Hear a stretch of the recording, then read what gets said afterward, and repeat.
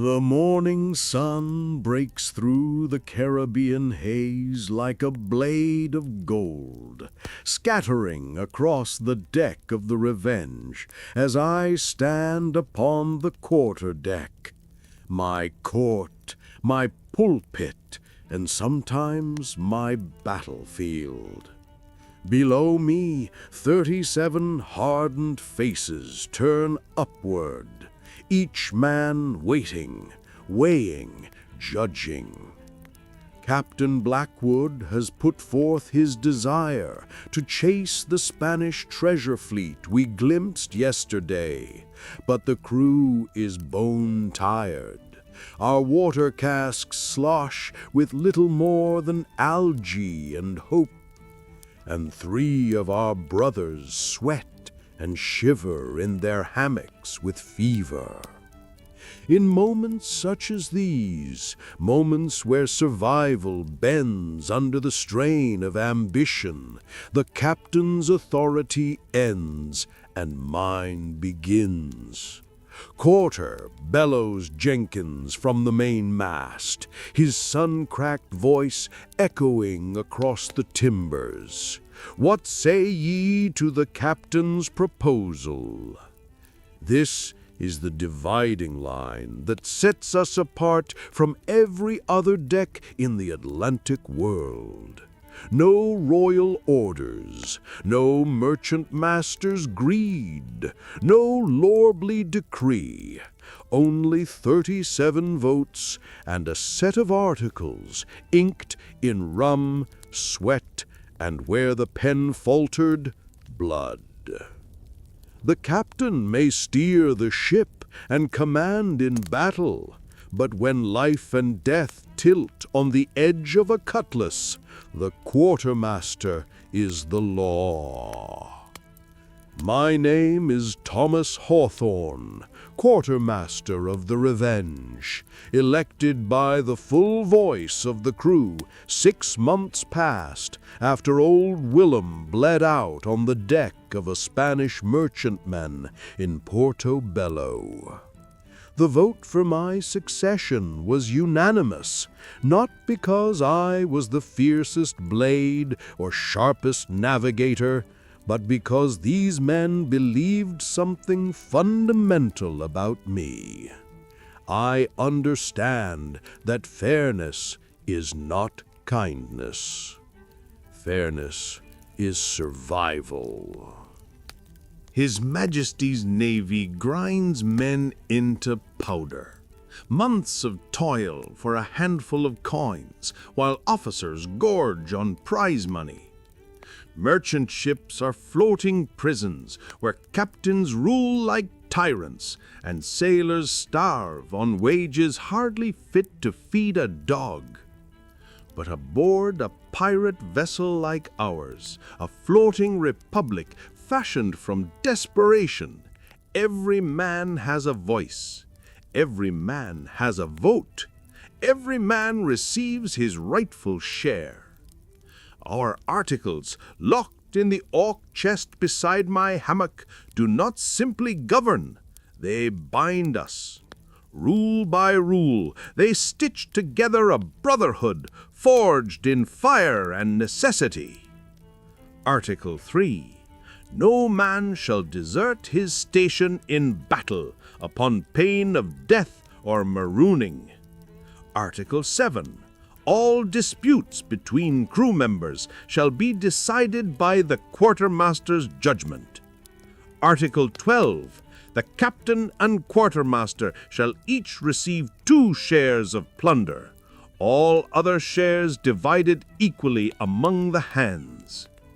But the articles are more than law. They are promise and protection. They are the oath that turns escaped slaves, pressed sailors, and starving fugitives into equals, into brothers. I glance toward Captain Blackwood. He stands rigid, jaw clenched, hunger for Spanish silver burning in his dark eyes. He is a good captain, brave, sharp, fair enough most days, but he's blind to the thirst and sickness clawing at our men. That is why the crew needs me. I am the balance, the brake on reckless ambition, the weight that steadies the scale. I step forward, surveying the deck. Pedro, the escaped Spanish slave turned linguist and scout, leans on a coil of rope, eyes sharp as a hawk's. Young Sam Morrison, barely 18, grips the rail as though steadying himself against the memory of his father dying in debtor's chains. McCarthy, the Irishman, stands arms crossed, hair as red as his hatred for English officers. Each man here has fled something worse than piracy. That is why they will not be ruled as they once were. Brothers, I call, raising my voice so it carries cleanly into the morning air. You've heard the captain. 2 days south lies the treasure fleet, more silver than a king could count, but also heavy guns, trained marines, and we are low on water, low on strength, and some of our own lie helpless below. I put it now to the vote. Do we chase glory and gold, or turn north to Tortuga for rest, water, and healing? This moment is the purest blood of pirate democracy. Not some gentleman's debate in a London hall, but the raw voice of men who gamble their lives together daily. The deck erupts, arguments fly like musket balls, fierce, loud, passionate. Some crave silver, others crave survival. Some argue out of fear, others out of pride, but all speak with equal weight. I watch the storm of voices with practiced calm. This is my realm, not the cannon, not the helm. The will of the crew, the heartbeat of our fragile republic. For I am the keeper of fairness, the shepherd of order, the hand that reins in chaos before it swallows us whole. And whether we chase the Spanish or steer for Tortuga, one thing is certain. No admiral in the King's Navy holds as much real power as I do now, because my power does not come from rank or title, but from the trust of 37 desperate, dangerous men who have chosen freedom over fear. And by their will, the fate of the Revenge will be decided. Dawn breaks over the Caribbean as I make my rounds, the ship's ledger tucked under my arm like a sacred text. Where Captain Blackwood studies charts and the wind, I study men, their moods, their needs, their grievances before they ferment into mutiny. The first stop is always the galley, where Cookie, our cook, is already working over the fire. "Quarter," he greets me, grin wide but weary. "We've salt pork for 4 more days, hardtack for 6, if the weevils don't claim it. And the water? It's turning sour." I nod, mentally tallying rations and planning careful distributions. Every barrel, every ounce of powder, every inch of sailcloth is accounted for. Fairness isn't just moral, it's survival. After breakfast, I hold court beside the mainmast. Today, 3 disputes demand attention. Henderson accuses Martinez of stealing his lucky dice. Turner wants to trade a rum ration for extra hardtack, hoping to save for a wedding in Port Royal. And 2 gun crews argue over their rotation for swabbing the cannons. I examine evidence, consider character, and issue judgments. Henderson's dice are found in his own pocket. He owes Martinez a tot of rum. Turner may trade. Foresight deserves reward. The gun crews receive a strict, visible rotation chart. Justice is swift but deliberate. The articles guide every decision, and the crew's trust depends upon my impartiality. Below decks, shadows twist between hammocks and barrels. Here lie our most precious resources, not silver, but the powder, shot, and small arms that keep us alive. Every musket, every cutlass is assigned, recorded, and maintained. I stopped beside Bosun's Mate Williams, former Royal Navy gunner, cleaning his musket near the powder magazine. The flint is sharp, the mechanism oiled, the weapon spotless.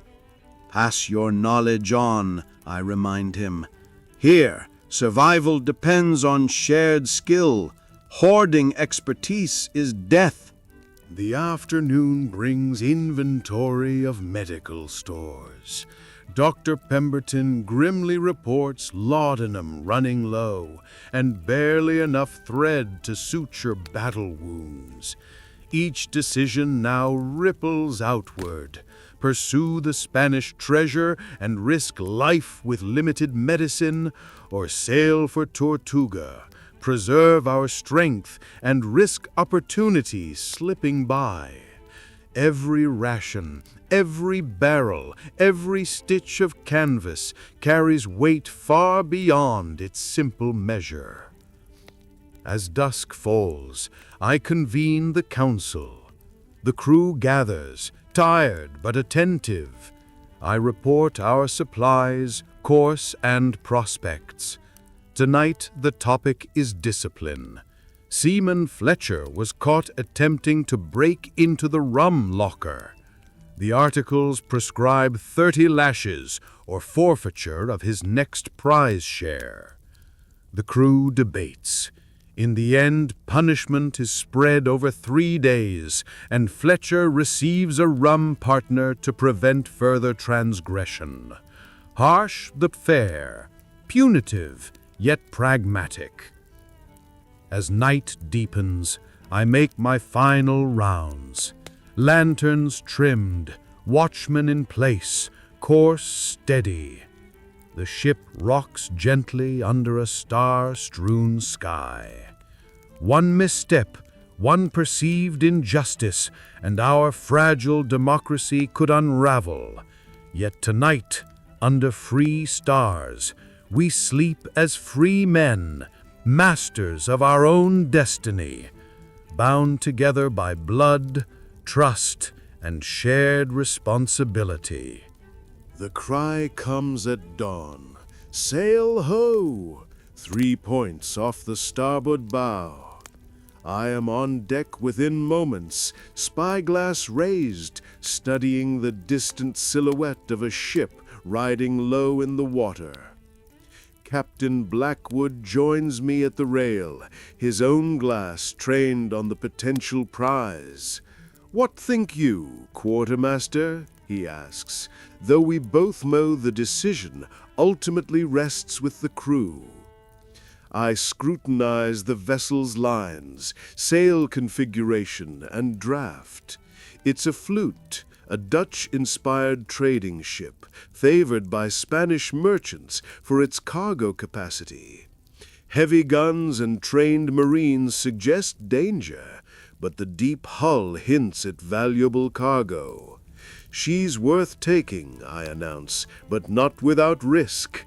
Marines on board, certainly, and 6 to 8 guns. Approach carefully. She rides low, rich in treasure." The crew stirs with anticipation, each man balancing greed with the sharp awareness that each battle could be his last. Battle stations, I call. The Revenge transforms instantly. Sails tighten, rigging creaks, and men scramble to cannon and cutlass. But before any shot is fired, I perform one of my most sacred duties. From my sea chest, I retrieve the articles and the prize ledger. Standing at the mainmast where all can see, I read aloud the rules governing combat and prize division. Every man shall fight. Cowardice costs prize money, and injuries are compensated. These words are more than law. They are a binding promise that guides men when the world erupts into smoke and steel. Our ship closes in under the guise of French colors. The Spanish crew, unsure but wary, holds fire until the last possible moment.